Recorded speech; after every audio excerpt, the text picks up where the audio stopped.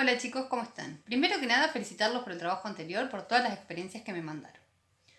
En esta clase vamos a ver los estados de la materia y la teoría cinético-molecular. Los estados de la materia ya lo conocen y lo han trabajado en los años anteriores. Pero igual vamos a hacer un repaso mirando un video.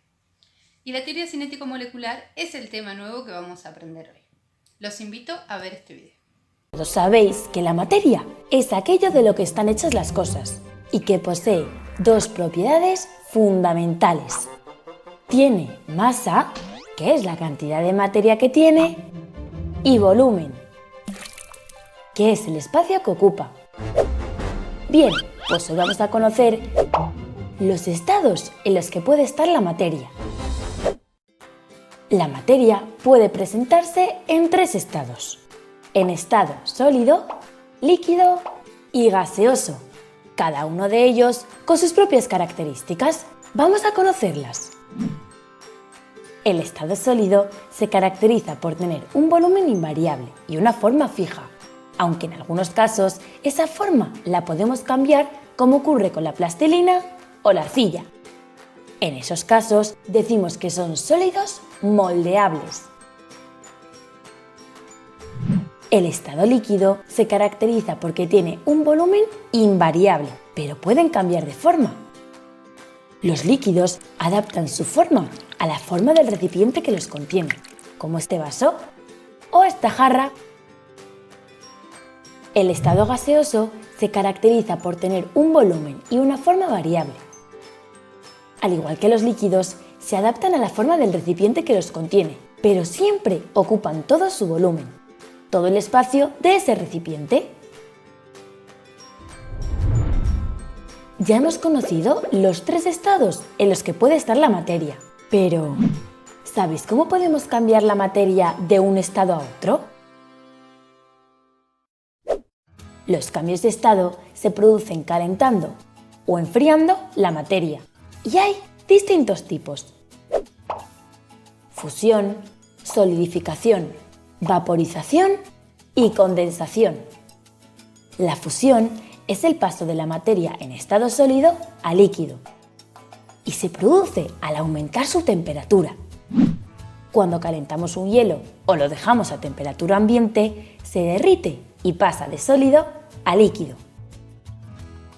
La solidificación es el caso contrario a la fusión. La materia pasa de estado líquido a estado sólido.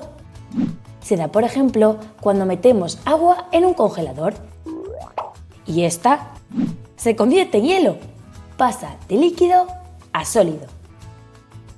La vaporización o evaporación se da cuando se pasa de estado líquido a gaseoso y se produce cuando se calientan los líquidos.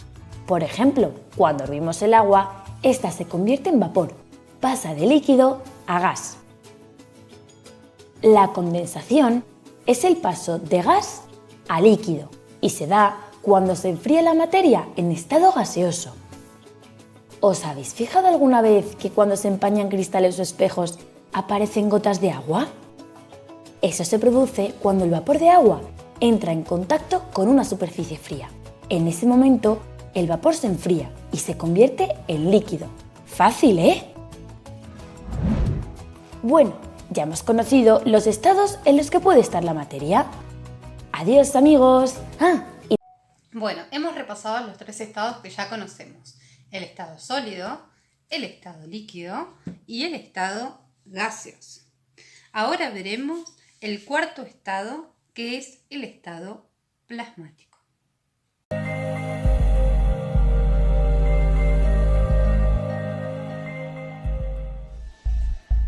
La materia puede ser encontrada en diversos estados de agregación.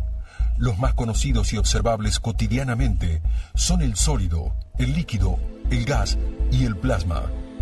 Otros posibles estados son los condensados de Bose-Einstein y condensados de Fermi, que dan origen a la superconductividad.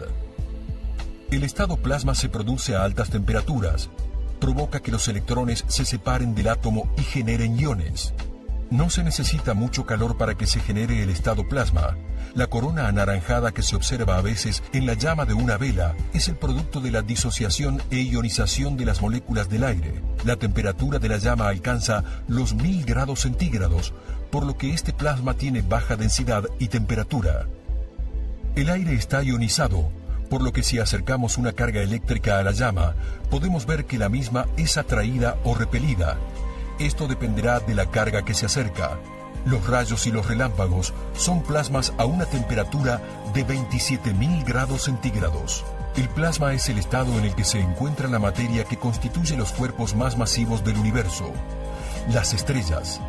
El Sol es un plasma gigantesco, lleno de átomos de hidrógeno y helio, que han perdido total o parcialmente sus electrones como consecuencia de las elevadísimas temperaturas que en su interior pueden llegar a los 15 millones de grados centígrados.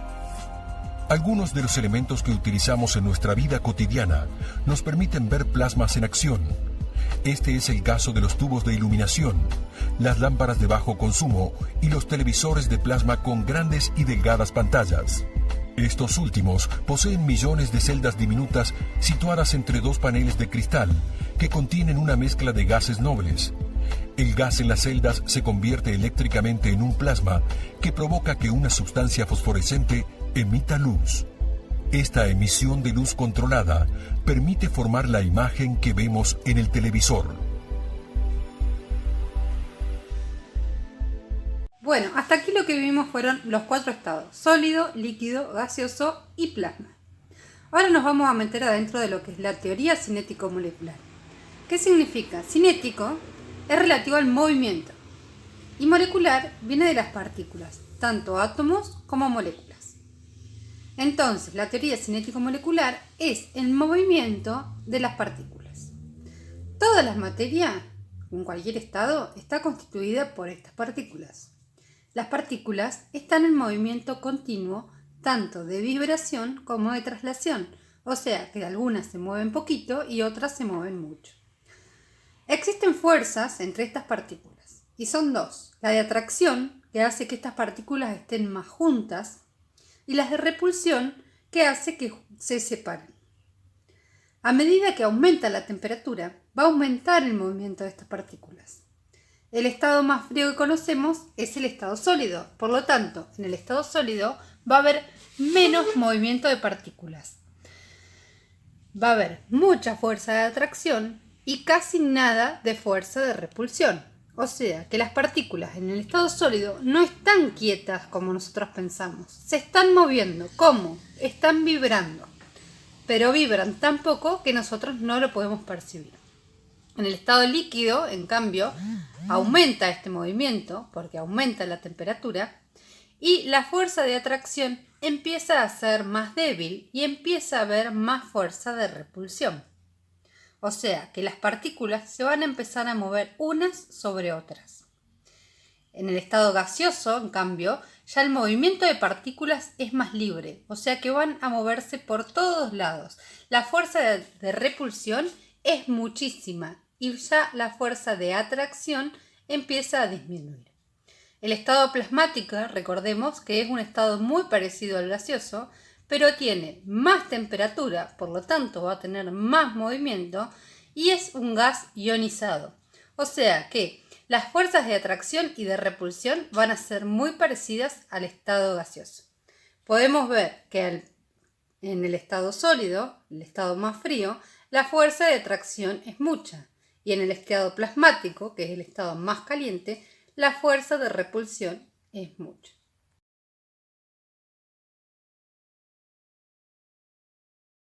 Con este video explicando, según la teoría cinético-molecular, las características del estado sólido. Moléculas relativamente ordenadas, compactas, cuyo movimiento es mínimo, lo que significa que tienen un orden preestablecido. Lo que comienza aquí es la introducción de calor como forma de energía y pueden observar cómo las partículas comienzan a moverse con mayor fuerza. Fíjense en cómo esto comienza a traer conceptos como la fluidez, esta cierta comienzo del desorden en el sistema. A la vez pueden ir notando cómo la temperatura va incrementándose, es decir, comienza a ingresar más calor al sistema. La temperatura, hemos dicho, es la medición del calor.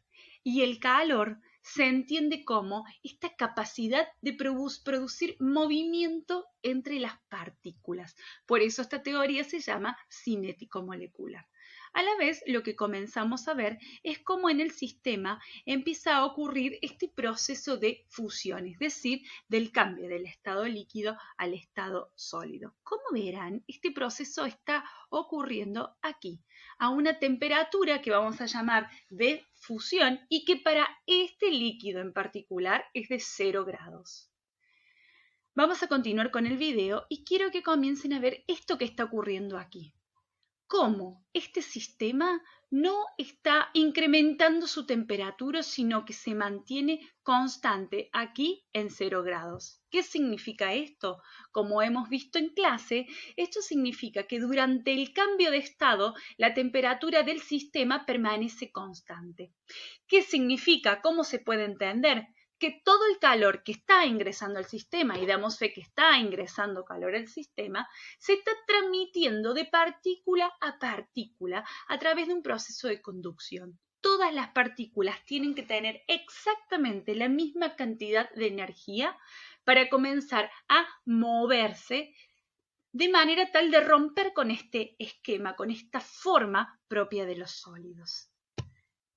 Vean cómo todo el sistema comienza a derretirse, es decir, a cambiar su estado, a fusionarse, y cómo el sistema sigue manteniendo su temperatura constante en 0 grados centígrados hasta que todas las partículas, como estamos viendo acá, adquieren la misma cantidad de energía, esa energía suficiente para moverse de manera tal de generar un nuevo estado de agregación, el estado líquido.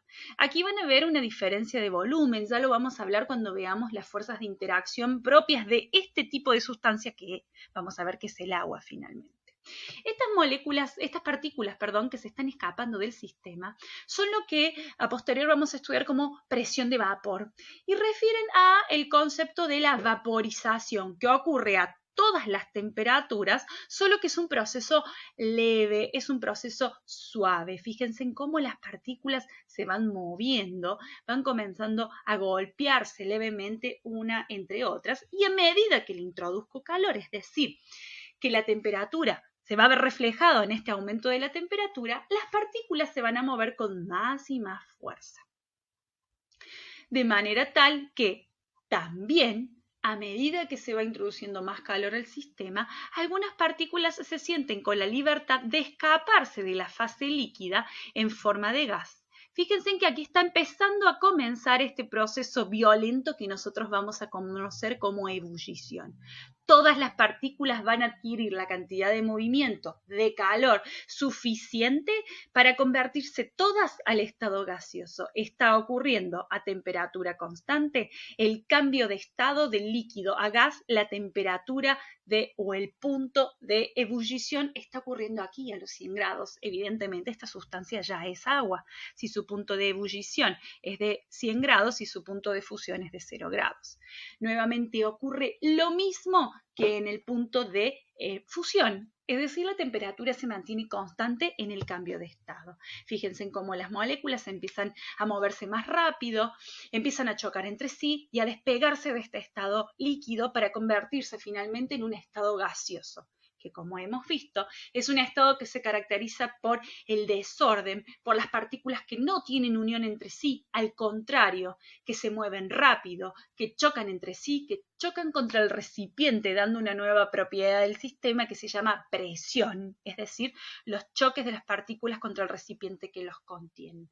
Ahora sí podemos dar cuenta de que todas las partículas han adquirido el suficiente movimiento, la suficiente energía, es decir, el suficiente calor para poder recién ahora sí convertirse todas al estado gaseoso con las características que habíamos hablado antes.